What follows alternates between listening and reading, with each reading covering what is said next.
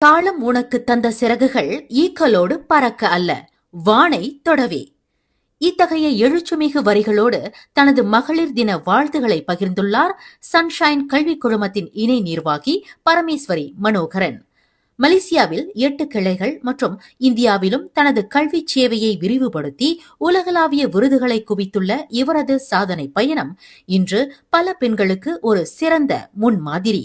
வாழ்க்கை என்பது வெறும் சம்பவங்களின் ஊர்வலம் அல்ல, பாதகமான சூழலையும் சாதகமாக மாற்றுபவளே உண்மையான வெற்றியாளர் என்கிறார் இவர்.